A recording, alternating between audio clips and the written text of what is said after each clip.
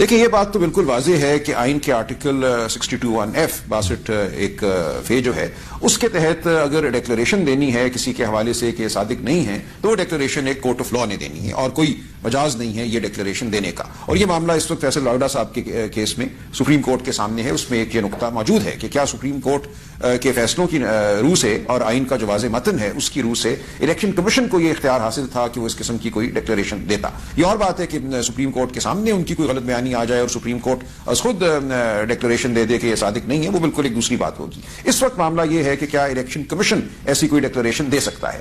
تو میری نظر میں تو بات واضح ہے کہ الیکشن کمیشن اس نوعیت کی ڈیکلریشن نہیں دے سکتا 62(1)(f) کی موجودگی میں اور جو اس کا واضح متن ہے.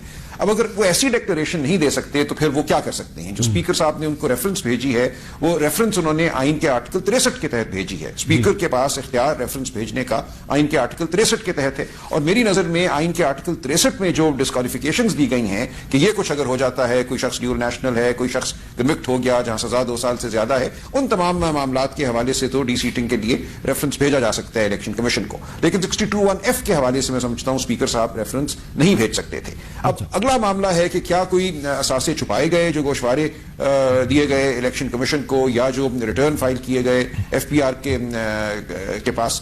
اب اس میں اگر کوئی ایسی بات ہے تو اس کے اپنے نتائج ہوتے ہیں. جہاں تک ٹیکس کے قوانین کا تعلق ہے فائن ہو سکتا ہے, اس میں موقع بھی ہوتا ہے ریٹرن کو امینڈ کرنے کا, ریکٹیفائی کرنے کا. جہاں تعلق ہے الیکشن کمیشن میں دیے گئے گوشواروں کا اس حوالے سے ایک دیگر کارروائی ہو سکتی ہے اگر الیکشن کمیشن اس نتیجے پہ پہنچے کہ کوئی فراڈ کیا گیا ہے. پھر یہ دیکھنا ہوگا کہ کیا کسی گوشوارے کی بنیاد پہ انہوں نے الیکشن لڑا جو گوشوارہ غلط تھا, جس میں کسی اثاثے کا ذکر نہیں کیا گیا جو کیا جانا چاہیے تھا. یہ وہ معاملات ہیں جو الیکشن کمیشن میں سمجھتا ہوں دیکھ سکتا ہے, لیکن صادق امین کے حوالے سے الیکشن کمیشن کو اختیار حاصل نہیں ہے ڈکلیریشن کرنے کا.